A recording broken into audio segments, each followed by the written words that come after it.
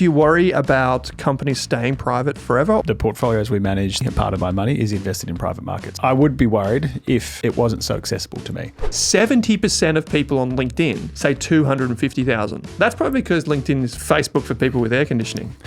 What's the number one thing you've applied to business as a result of being an investor? Don't assume you're smarter than everyone else. I want to be challenged by people. I want people to question when I come up with ideas. With the recent wave of adoption of Bitcoin, when do you think this hits Australian stock market in a big way? Around 25% of Australian investors now own some amount of Bitcoin. I don't care if you own Bitcoin, just don't make it your life. Yeah. And sell it every now and then. What's the best small to medium private business you have seen? Drew Meredith, how you doing, my friend? Very, very well. Yeah. Good to be here in person. Good always to be. Nice. It's always better in person, isn't it? Yeah. I didn't bring my glasses today. Sorry. It's gone a bit viral over the weekend. One of these days, we're going to have like a bit of a situation where you and I dress the same. You've gone pretty close today. We've got the striped shirt, which we've got is something I often wear. You got a bit of a thing going on there. Yeah. The difference between you and I is yours is like 40% better quality. I mean, we don't have to go there. You got that quality. You got that rod and gun quality. I got this Uniqlo. Also Uniqlo. Oh, really? Yeah, at least. Not today, but generally most of the time. Well, speaking of private businesses. we would take a partnership with either of those companies. Uniqlo. Uniqlo. What? Yeah. Has Tesla reached out yet? No. I'm reaching out. I'm working on that one. Okay. Got a few fingers in a few pies with Tesla. What are we going for? A free Tesla. A free Tesla for the community. Yeah. Okay. So can I win? I feel like we should be able to submit ourselves, like reasonably. Today we're talking about private company investing, and we're going to talk about that because it's a lead on from last week where we did do a little bit of a foray into stock picking, and we talked about active versus passive and some of the ways that doesn't work and some of the ways it does. So I'm going to ask Drew about, are you worried about private companies staying private forever? If you had $1 million in private markets or 500 grand in public, which would you pick? And so on and so forth. So there's a few there. But one of the reasons that I wanted to tackle this with you, other than just as a lead on from last week, Drew, is that we've seen some news articles out recently. The AFR in particular has aired a few just in the last 2 weeks, or last week really, talking about how today's article, I think it was, or yesterday's article was about how ASIC, the financial services regulator in this country, is trying to stimulate IPOs because there hasn't been as many companies coming to the stock exchange. They're just staying private. There's no reason for them to come to the stock exchange. Yeah, there's more and more companies staying private and never becoming public either. Exactly. So these really good companies that are, some of them are massive in their own right, just never get onto the stock exchange. So no one can ever invest in them really, unless you know people. The ETF investors, they'll never get a slice of those companies. Not until they make that run up into the 50, 20, the 200. And so a lot of people are like, well, that just makes things really hard. And I remember a few years ago, if we just bring some data to this conversation, I remember a few years ago when I was talking about private company investing with the team at NAOS, I remember we spoke about when they were launching their private opportunities fund. It's public to private? Private to public. Yeah, private to public style fund, but it was like a long-term one. And basically the gist was that, I can't remember the exact data off the top of my head. It was something along the lines of, now, Australia has one of the deepest public equity markets. I was going to say, you just step in here. But no. So it was something along the lines of, there are 55,000 Australian companies with $2 million or more in revenue. Yeah. Which if you think, so $2 million is small, but 10 million is not that small. And 2 million covers everything. Yeah.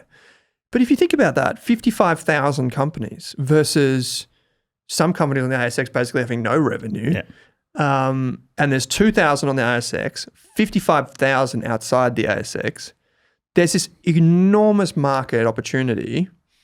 And so my question then, as we've now framed this, is do you worry about that stuff? Like, do you worry about companies staying private forever or just for longer? I mean, I would, but I'm invested in it. The portfolios we manage, my money, a part of my money is invested in private markets. So I'd be worried if I wasn't able to find an exposure. We're in, a privileged position of seeing every private market opportunity, whether they're the ones that are investable for retail or most investors or the ones that are only available to financial advisors. I would be worried if it wasn't so accessible to me. You're just missing out on this. You only need to look. There's a few listed private equity products that you can see in Australia. And whilst whether you've got a view on them or not, the flyers and the statements that come out are incredibly clear. You get more consistent returns. You get less volatility. You get exposure to 10 times, if not more, the audience or the number of companies that are available on listed markets. There's three things, and they're incredibly clear. Yeah. And industry funds, sovereign wealth, the biggest investors in the world, Harvard, Yale, all these groups have done exceptionally well out of private markets over very long periods of time. So it doesn't keep me up at night because I'm invested. But if you didn't have exposure to it, then you would think about it. I think you'd have to start thinking about it. And particularly, I know I talk about retirement all the time, but retirement's still 30 years now. If you think a 30-year time horizon and people are afraid to accept a little bit of liquidity, so one of the drawbacks of private markets is you can't sell your shares tomorrow. It is getting easier. But if you think you're investing for 35 years, you could definitely handle 5-10% illiquidity within your portfolio as long as you're managing the cash flow everywhere else. Yeah. I would be worried because some of the best companies, there's more and more likely Canva may never be public. Why would Canva come? If it's going to do anything, you'll just go on the NASDAQ. And it's profitable, I assume. It doesn't need that much money anymore. There's when you got a head of Vibes, you literally have the head of Vibes appearing on TV. Maybe that should be my, can I have that title? Yeah, remove that title of Director of Financial Advisor, just Head of Vibes. That could be another issue, but we won't go too deep on that. But you're missing out. Like I always joked about it, but I actually signed up to Canva, and it's incredible. Oh, it's unbelievable. Our entire business runs on Canva. Exactly. You shouldn't tell everyone that, but don't tell the design firms about that. No, it's legit. Like we use all the three tools. We use so smart. Canva, Figma, and Adobe for everything. But you're missing these. I reckon we're only a small team. I reckon we would spend, this is no joke, I reckon we would have to spend somewhere between $2,000 and $5,000 a month on design stuff. Just on Canva.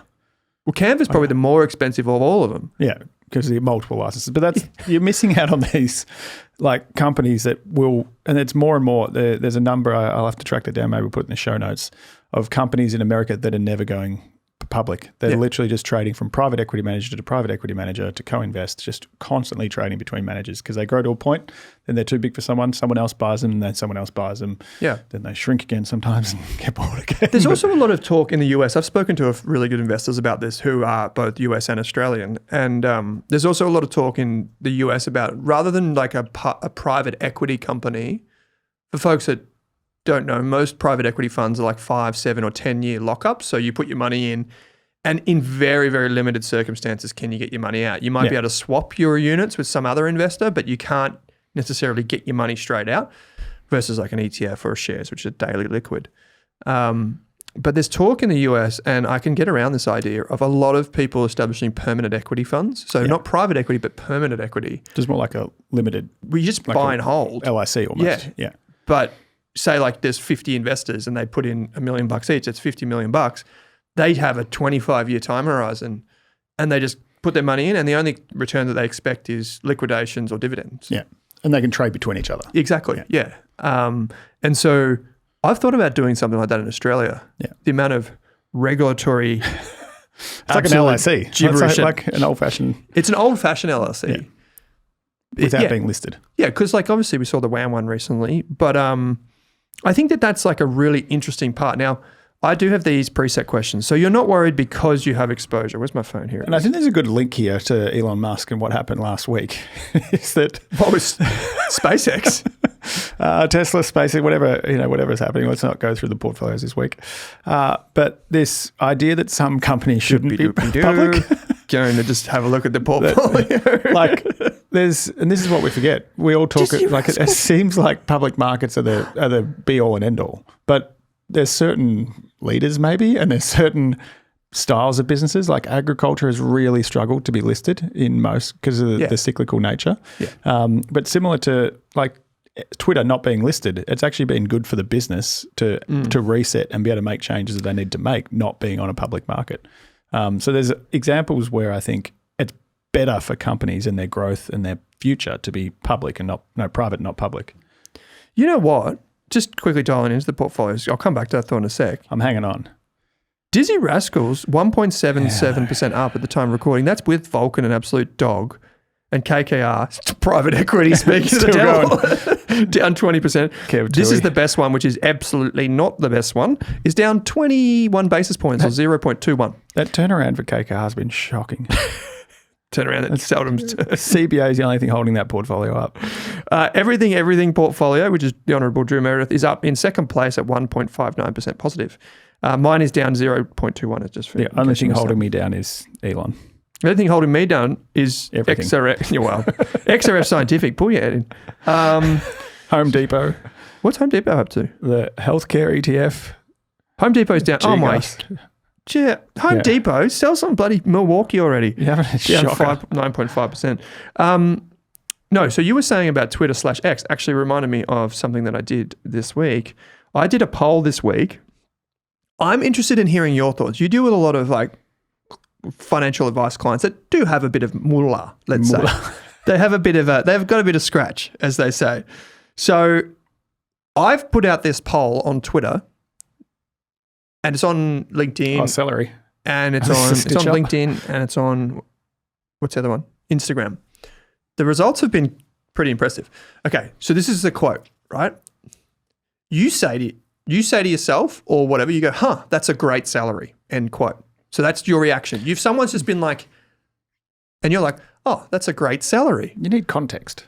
So Does it depend on the person that you're talking to? Well, it depends on a range of different things. But you have a good cross-section. You have retirees, you have people that are business owners, you have people that are on PAYG but earning good wickets, and you get to see a lot of them because you're a financial advisor. And I say here, for context, note that I said great and not amazing. So what does a great salary look like to you? 100,000, 250,000, 500,000, $750,000 or more. If you have the reaction of, that's a great salary, what is that salary? I think kind of depends on the person. Like if you're 21 and you're getting 100, that's great.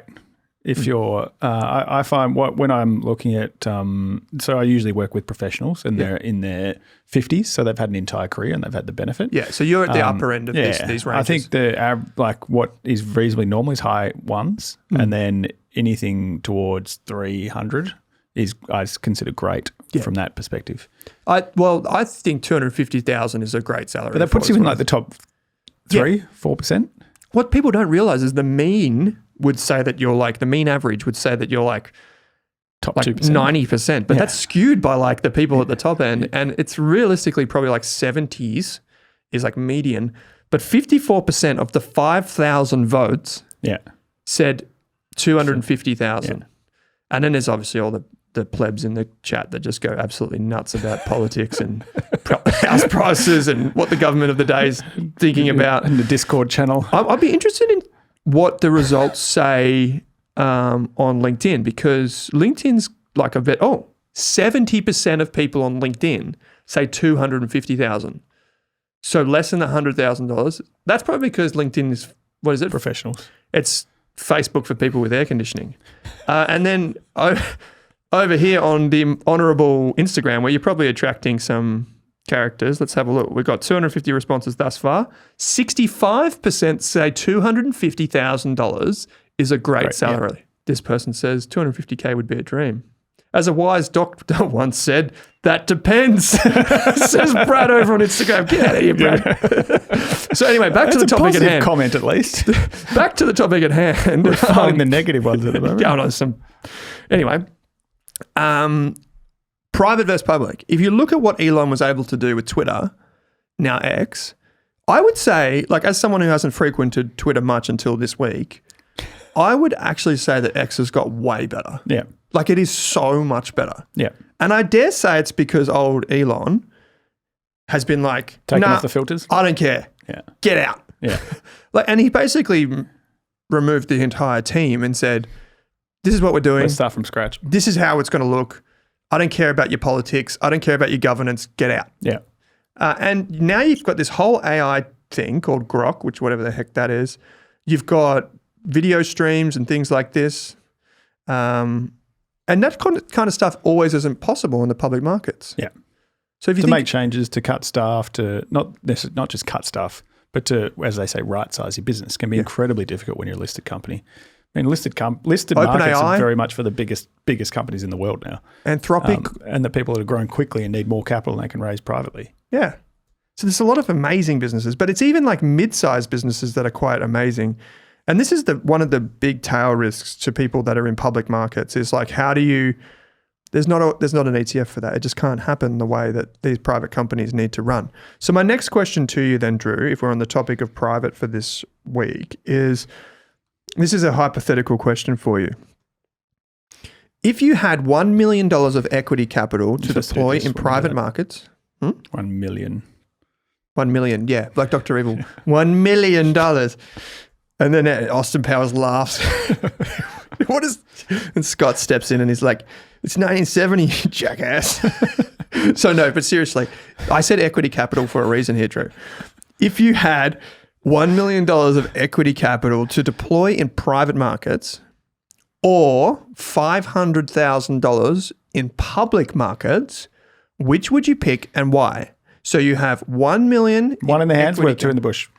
Well, is the bush private market? No, it probably is. No, it's public markets. Okay, so but I've got a long-term trajectory. So 1 mil, yeah, that's double the amount of capital. Imagine even if you stuff up half of it, you still got as much as you have in public markets. Okay, what about if I said 1 million of private market dollars or 750,000 of public market dollars? I still take private. 1 million of public market versus 1 million of private. Private. Still private. So you have a strong bias to private. I mean, and when I say private, you can't go and pop your money in KKR or something like that. You've got to go out there and you've got to find a place for the money. I mean, this is what I think I would like to do at some point. I mean, I'm kind of doing it at the moment, which is be able to deploy money into multiple businesses, not have to be involved in a lot in all of them, but to be able to diversify and have multiple income streams and provides resources and benefit to each of those businesses that where I can help in each of them. So I think, and I'm in my early 40s, so I have a bit of a trajectory ahead of me where, I mean, I probably would say something different if I was 65 and I, wanted liquidity and I wanted to spend a lot on travel or I needed, depending on what the rest of if this is all I had, I'd probably be more comfortable putting it in private where you can have some sort of influence, some sort of control and some sort of input into what's happening with those businesses. Because this has been it's been a really weird thing. We talked about this last week with private versus public from the perspective of where money flows. Yeah. And you mentioned superannuation. Like if you're Australian super and you've got an infinite amount of money pouring in every month from super contributions and you're like, that's Dr. Evil for you. Whoever's managing that 15 billion in super guaranteed contributions this quarter. I'll just buy another lithium company. They've got a volcano lair. Sharks with freaking lasers on their heads. So anyway, you've got all this money and what do you do with it? You just go and pump it into the ASX because it's probably the safest place for you to put your members' money, which means the CBA's price earnings ratio keeps going to the moon, bro. Because what else are you going to do? Yeah. You're not going to put someone's retirement savings in a cash account. It don't make any sense. You got to buy shares. Yeah. And you can't, I'm sure they'd love to buy the MCG in one go if they really want. They probably could, to be honest, just buy the whole MCG. But if you think about that, if you're listening to this and you're like, well, that makes sense why things seem to be getting more expensive over time in this country and around the world because there's these gigantic pension funds. Buying everything. Just buy everything because they have to. They don't really care. And tracking the index again. The legislation's forced them to go back to very much basics and index tracking for a large portion of their portfolios. And it's like then you've got Vanguard and BlackRock and iShares and iShares, Spider and all these massive index funds that have no view of things. They just buy, which is fine. But if people then come out and go, well, the price earnings ratio is pretty high, that doesn't matter because it's not about like fundamentals. It's like about where the money has to go. Yeah. Massive flow of passive capital. But then if you're sitting at home and you're thinking, well, I don't like the idea of paying more and more and more for CBA. If we go from that, which is daily accessible, buy, sell every day to private markets where you could go down and buy a business on like a 4 times. Yeah, which is like 25% free cash flow margin or something. Massive. It just pumps out profits. You could put $1 million in, you're taking home $500,000. Yeah. Like it's crazy. Yeah. So if you get to that point where you're like, I've got $1 million, do I buy CBA on 20 times price earnings ratio? 31 times price earnings ratio. Or do I go and buy this business that I'm going to take a punt on and get a 50% cash flow yield? Yeah. Different risk profiles, of Very course. different risk profiles, right? But you can see why eventually more people are making that switch. It doesn't mean it's right for everyone. That's always the challenge. We want to be very clear. Yeah, it's not. And then the products it's not for that are your available grandma. in Australia aren't necessarily... They're not as good as the US. They're not there yet. They're nowhere near as good as the US. Like, if you're going to have liquidity, you kind of want proper liquidity. If you're not going to have liquidity, then you lock it up for 10 years. Like, there's a lot of improvement in the last 5 years, but it's still, it's very difficult to get a lot of private markets into most portfolios. It is, yeah. That's why most people access them through funds and LICs and that sort of stuff. Okay. Next question. This is more of like, I don't know if you'll have an answer to this. So if you just want to pass and come back to it next week. What's the best small to medium private business you have seen? And it could be one that you own or... Media? No. It's the worst business. The Rask Empire. Small to medium private business. It's not that I've seen. There's just so many. Read about. Like, you talk to people. I talk to, where I'm at basketball with kids and that sort of stuff all the time. Anything, and then we're interviewing Christian, who does like who does like real assets. Yep. But there was actually, hopefully this isn't stealing anything, but like anything that is cottage but can benefit from scale. So it was like waste. Like, how are people recycling? How are people, how are bin collect? Like, all these sort of things. There's like there might be 50 different players, and if you're able to get into one of those sectors in something just boring, old-fashioned places that are pumping out cash flow, but have the benefit of no scale and no investment for a long period of time. Imagine putting like automations and marketing, and collecting data and finding efficiencies in a rubbish business. Yeah, like it's like true. That's already pumping out cash flow when you buy it. You don't have to turn it around. So that was one I had a conversation with someone about. Hopefully, I'm not doing anything inappropriate, but like just boring businesses. Boring businesses are good. Media is tough. Media is tough. It is. The other... What's yours? Well, I know so many people that have private businesses, and some of them are just stupendously good. Yeah.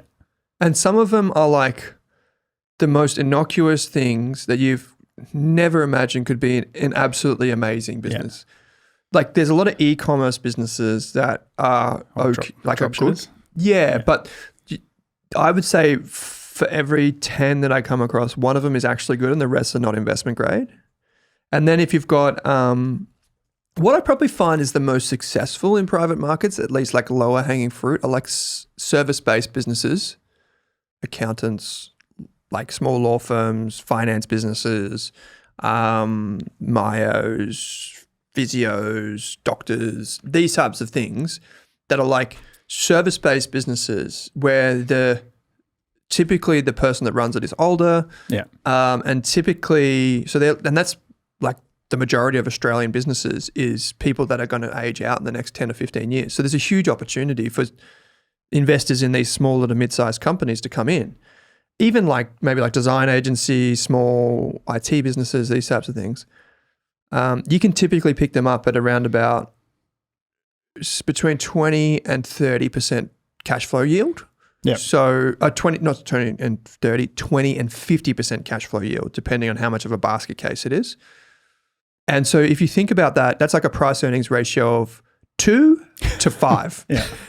Which is what private businesses should but you got to step in and you got to help run and scale and automate and blah, blah, blah, blah. So there's a lot of that going on, shenanigans in private markets. But I think like I've come across a lot of service-based businesses that take on existing businesses, as you've said. Yeah.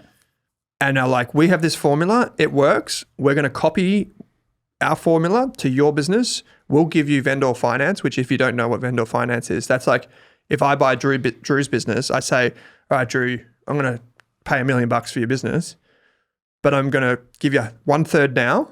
I'm going to use 1/3 bank debt, and then the other 1/3 is going to come from the profits that your business makes in 3 years. Yeah, 3 years. So that therefore it's like I'm not out of pocket and the business basically pays for itself. Yeah. And if you think about that, if you have a really successful formula, really compelling valuation with a financing arrangement, this is glossing over all of the shit stuff, by the way, which is very real. You can compound really quick in private markets. Yeah. So anyway, just thought I'd say that. What else have I got? Cheers, a few love hearts in the chat here. All right, here we go. This is my final question on private markets for you, Drusen, which is, Buffett said, I'm a better businessman because I'm an investor. And I'm a better investor because I'm a businessman, or something of that description. And he's the ultimate private and public investor, by the way. Yeah. Yeah, everyone go an index fund, and I'm going to run a private equity fund. Yeah. That's the most difficult conversation to go through every time. Yeah. It's like... Because he knows how hard it is, and so most people shouldn't do it, which is what we say. Yeah. Well, we kind of do. Like, we're saying, like, not everyone should be doing what we do. Yeah. But you can do some of it. Yeah, if you've got $400 billion US, put it into an index. He didn't put it into an index fund. He kept buying Apple and those Japanese companies and airlines and BYD and private all companies. The stuff he said he never would. Yeah. Buffett said, blah, blah, blah, blah. So my question to you is, what's the number one thing you've applied to business as a result of being an investor? You could even do it the other way. What's the number one thing that you've applied to being an investor because you're a business owner? Like, what's one thing that you've taken away? It took me a while to get to this. I wrote a few notes. I was like, people, but it's very difficult to judge people from being an investor versus a business owner. That's very challenging. And I kind of came up with this right at the end. I think it was on my walk down here. And it's like, I don't know how to say it without sounding like an idiot, but it's don't assume you're smarter than everyone else. And it's to rely on experts for important parts of your business. Like in business, I want to be challenged by people. I don't want to have a team of people that relies on everything I say and need me to tell them how to do things the way we think.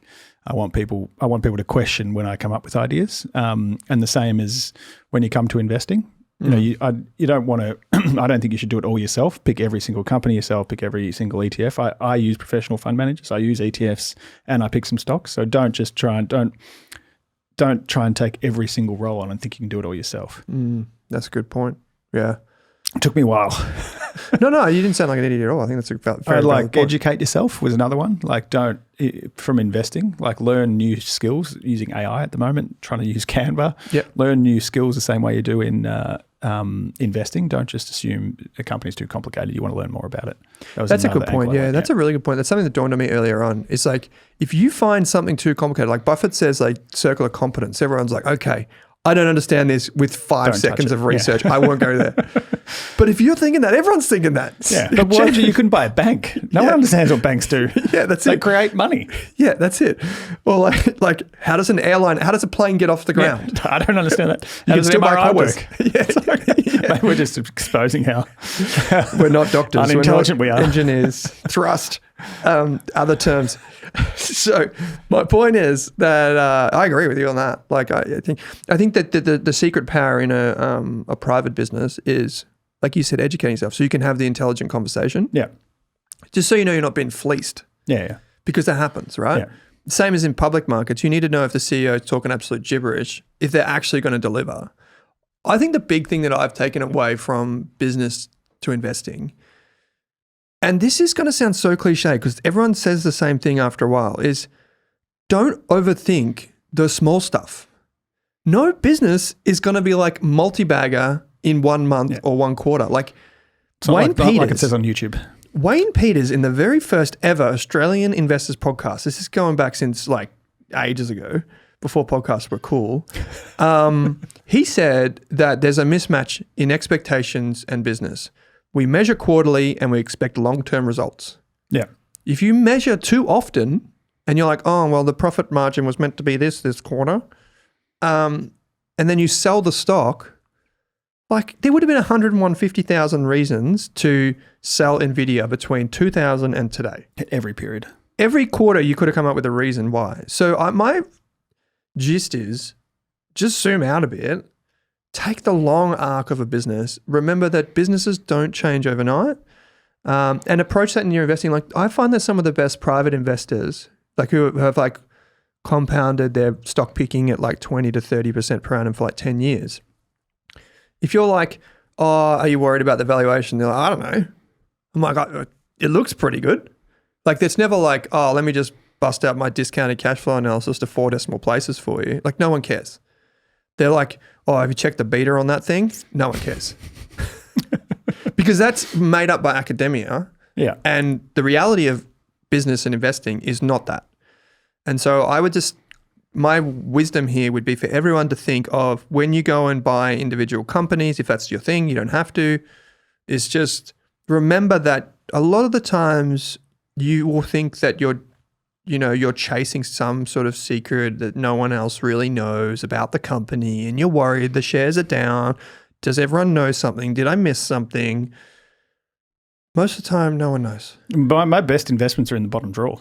Yeah. Like I bought them, had a thesis at the time, and I haven't really thought about them too much since. Actually. And they're doing well. Zillow, the Trade Desk, Palo Alto Networks. Did not know what that did when I bought it, but some sort of network out of California. Palo Alto. Yeah. Just some place. It's named after a place. I thought it was an electricity grid. No, I didn't. I did know what I was doing. So I did know I was going into Zip. No, not that. You can't really give me Zip. Well, Zip's back in the favour. It's up to $2.30. Palo Alto refers to both the city in California and a cybersecurity company. There you go. Yeah. Zip has bounced back. There was an article today saying since Afterpay is going to be accepted at your grocery checkout shortly. You know, one of the things that comes, I think it's and today. It is accepted at IKEA. I think one of the things that comes in today is they have to do credit checks. Yeah. I think. Don't hold me to that, dear whoever regulates that industry. But like it, I think from today on, all the buy now, pay laters have credit checks. Yeah. So which is kind of interesting. Okay, we've got time for maybe one or two quick questions here on the end. If we do answer your questions, just remember that this is strictly general in nature. We don't know your needs, goals, or objectives. So don't rely on the information until you've spoken to a financial planner, like say Drew here. And be sure to read the Rask Group's Financial Services Guide. That's F for Fred, S for Sam, G for Jerry Harvey. That's available at www.rask.com.au/FSG. That tells you about our finance business and what we can and can't say and why this is general only. First question, it's on Super. It comes from Super Confused. I feel like this person's been back a few times. Can you have two active super funds at the same time, dear Drew? Do personal contributions to a fund keep it active? That's probably the nature of the question. You can have as many super funds as you want. Superannuation balance limits are based on your total amount within superannuation, so you can get that on your MyGov account. One of my biggest tips every year, go make sure you've set up your MyGov. Yeah, 100%. You can have multiple accounts. They all are included towards your cap, but most of the time you don't want to do that because the highest percentage and the highest level of fees are always on the lowest part of your balance when you're in superannuation, whether it's a platform, an SMSF, or in a industry fund. So by having multiple accounts, you're going to end up paying more of that lower admin fee at the lower end and eating away at your returns basically. And yeah, I think it does depend on each superannuation fund, but there is the risk that you get things like life insurance cancelled if you've got a low balance and you're not contributing to that fund. So what I've tended to do, I've got an industry fund for insurance and I've got one for I've got an SMSF for investments, which is direct a portion of contributions to the insurance fund each year, or even if it's split 50-50, because you can ask your employer to do basically anything, and the other portion towards the investment fund to make sure the contributions go in. So I do believe it has to stay active, but I think it's something like 12 or 18 months before you get told that you need some activity before your account will be closed or transferred So out. just call your super fund. It'd be super easy. A lot of people in retirement do have one super fund in pension mode and one that they're actively contributing to. So they get the benefit of tax-free on the pension, but they have money that they can tip into the active or like the accumulation fund. A balance under, according to Gemini, so this hasn't had a lot of time to check this, but inactive balances below $6,000 can be transferred to, I always have to disclose. Gemini. Because there's a 3% cap on fees below $6,000 and contributions, it looks like, confirmed from the Australian super site. If you haven't had a contribution within the last 16 months, it'll be transferred to Lost Super. Anything below 10 grand gets me nervous because insurance premiums and fees are going to be eaten at it. Lehman Brothers Risk Management Consultant says... From your T-shirt. Hey, Owen and Andrew Derrimouth. Like how you got that name. Derrimouth, by the way, with a Y. Calls me Derrimouth now. I am thinking of using a family trust to distribute income between my wife and myself. When do you think these are a good idea to use? How much do they usually cost? And what is the prox ongoing cost? Also, what kind of income can be distributed to members of family trust? Like salaries? No, is the answer to that just quickly. Personal service income. Yep. Or is it just profits from a business, dividends, capital gains? Any help is appreciated. We've actually just done, I'll put this in the show notes actually because it will help. We've actually just done a structuring guide, which is just a blog post, and it takes you through all of the different structures, including investment bonds. Beautiful. But you got a family trust, right, Drew? Yes, I do. I mean, it can be beneficial at any level. I've had clients who set up a family trust to hold a property because they wanted to have some sort of asset protection around it. Mm-hmm. It's really beneficial where you've got varying income. So maybe someone's, medicine's a perfect example where seller can go up and down depending on how many days you work, or someone's got a really high income, the other person has a lower income. Basically, you can distribute any types of income and capital gains, but you can't distribute if it's consulting income, perhaps. For instance, if you invoice a company, then you get paid consulting, that's personal services income, and you can't distribute that out. But business income, dividends, as long as it's legitimate and you're not the only person producing that income, there's generally a way to split it. You need to make an election each financial year, and that can be quite broad. This person gets up to this amount, but it's super flexible and can be used. It can be changed every year. The whole point of a family trust is a discretionary family trust, so that the control over distributions each year is at the discretion of the trustees. They determine where it gets paid. Okay, I love that answer, by the way. Yeah. One thing you can't distribute, correct me if I'm wrong, Drew, is capital losses. Yes. Yeah. Capital losses and income losses also stay within there. So, if you're an individual and you have a loss, you can sometimes write that off against a gain in the future, which is tax effective. But with a trust, it doesn't work that way. There's a drawback like having an investment property that's negatively geared, the income losses stay in the trust. Yeah. And they have to be offset against future income to be used up. That's one of the, usually a couple of grand, probably $3,000 to set it up, depending on who you go to. And then 2.5 to 3.5 for annual accounting on that sort of entity. Yeah, the one difference in pricing is probably an extra $1,000 is if you go with a corporate trustee. Yeah. So just imagine this in your head. You have an individual named Drew, and he is a director of Drew Limited, Drew Proprietary Limited. Drew Proprietary Limited is the trustee of the trust, and Drew's kids are the beneficiaries of the trust. Because Drew is the ultimate director of the company that is trustee, he can distribute to the kids. Yeah. So that's what I've got is a corporate trustee, and it's a bit more expensive, about an extra $1,000. Yeah. Okay, moving on. And there'll be a link in the show notes for that for people that want to learn more. And Drew has some great insights if you want to just flick him an email. The other thing here... You have to set up Andrew at waddlepartners.com.au as well, I think. Yeah, Mr. Derrimouth. There's some really good questions this week. I don't know about that Bitcoin one. Let's go to this one.